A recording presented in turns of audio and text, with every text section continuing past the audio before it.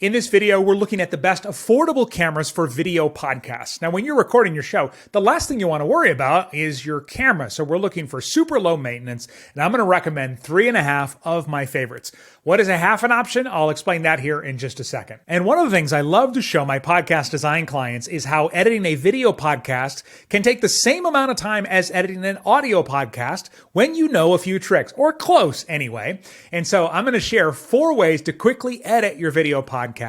Make sure you watch until the end for that. My name is Jerry Potter. Yes, it rhymes with the boy wizard. And when I first started my video podcast, I used something I already had laying around, and you can probably do the same thing. I'll tell you what I used here in just a second, but here are the things that we are using to decide our top picks, just to make sure that we're on the same page, okay? First, can it be plugged in? You don't want to be worried about a battery dying in the middle of recording your episodes. Second, do you need it to be portable? Or are you going to be just sitting at your desk recording a podcast just like I'm doing here in my office studio? Third, how good is the resolution? If you're just recording a video podcast, a lot of cameras will do, but if you're going to repurpose by cropping your video down to make it into like short form videos for TikTok or YouTube Shorts or Reels, you're going to need some higher resolution. Fourth, is this just for your video podcast, or do you want a camera that you can use for some other things as well, some other content creation maybe? Fifth, how much space do you have?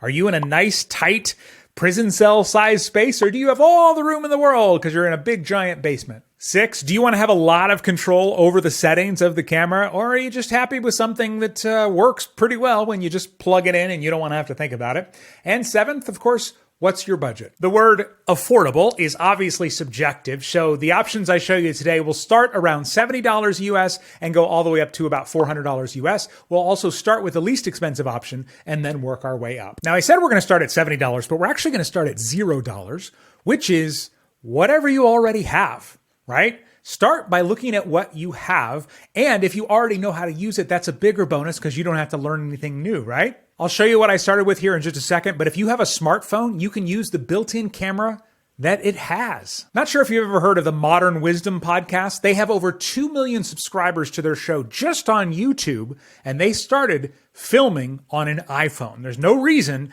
that you or I can't do the same thing. Assuming people can at least decently see and hear you for your episode, the content is much more worth investing in than some fancy high-end camera. Now, I mentioned I started my video podcast with something that I already had laying around, but it wasn't my smartphone. I actually started using the webcam that I already had, the same one that I used for Zoom calls, the Logitech C922, and it worked great, and that is my first recommendation. It sits on top of your monitor, so it doesn't require a tripod or any extra gear. It's plug and play on both Mac and Windows, and it's also powered by your computer, so assuming that your computer is plugged in, there's no need to worry about the battery dying. Logitech does make some software you can use to fine-tune the settings, but it should pretty much give you a good picture right out of the box. The main downside of this is it shoots in 1080p instead of the higher resolution 4K, so if you were to, again, crop the shot down to create an Instagram reel or a Facebook reel, YouTube short, TikTok, any of those vertical videos, you're not going to have as high a resolution as you would like.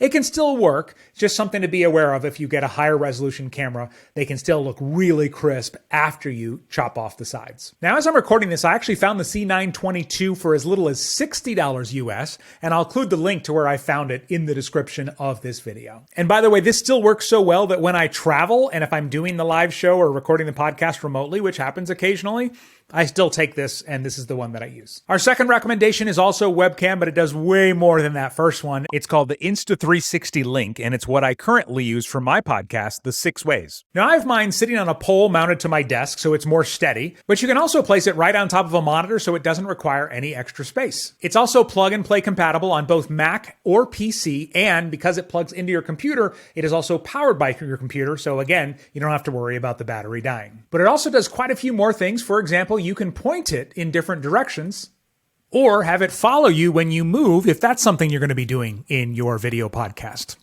You can control it just with different hand gestures.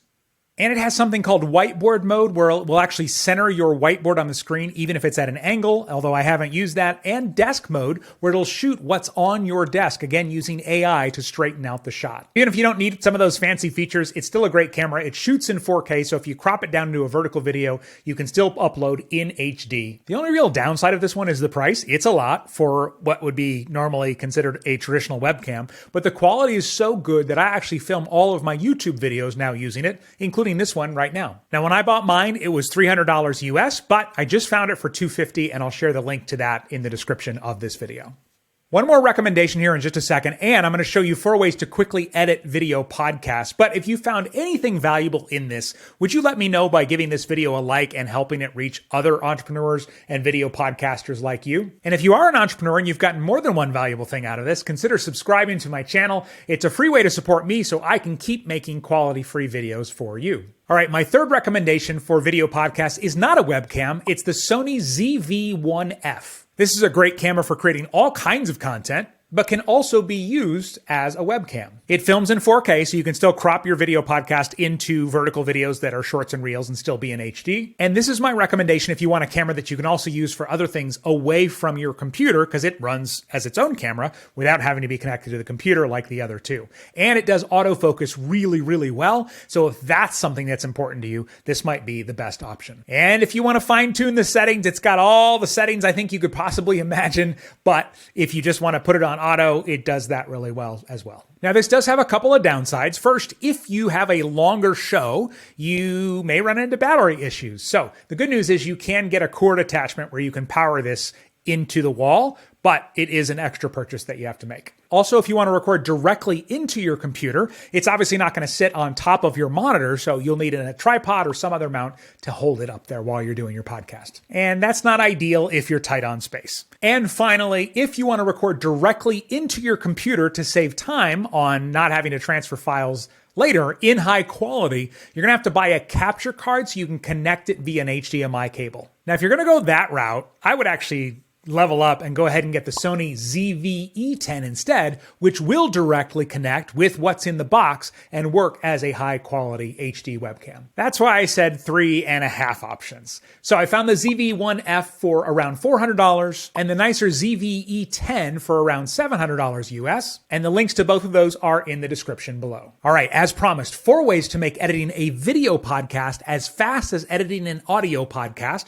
And before I get into the 4 ways, the first thing you should do is just let go of perfectionism. As a recovering perfectionist myself, I know how hard that can be, but sometimes just being real and leaving some of those mistakes in there is okay and will make you appear to be much more human and likable to your audience. So how do we do this quickly? First of all, set up so that you can record your audio and your video into the same device. Sometimes people end up using a fancier external camera that records onto a memory card, and then they record their audio directly into their computer with a nice microphone, and then they have to sync it all up. That wastes a lot of time. Second, use a transcript-based editor. This is where your video editing program will automatically generate a transcript, and whatever you don't want, you just highlight it and delete it. It takes the same amount of time to do it, whether it's audio or video. My favorite for this is Descript. We'll link to that and some others in the description of this video.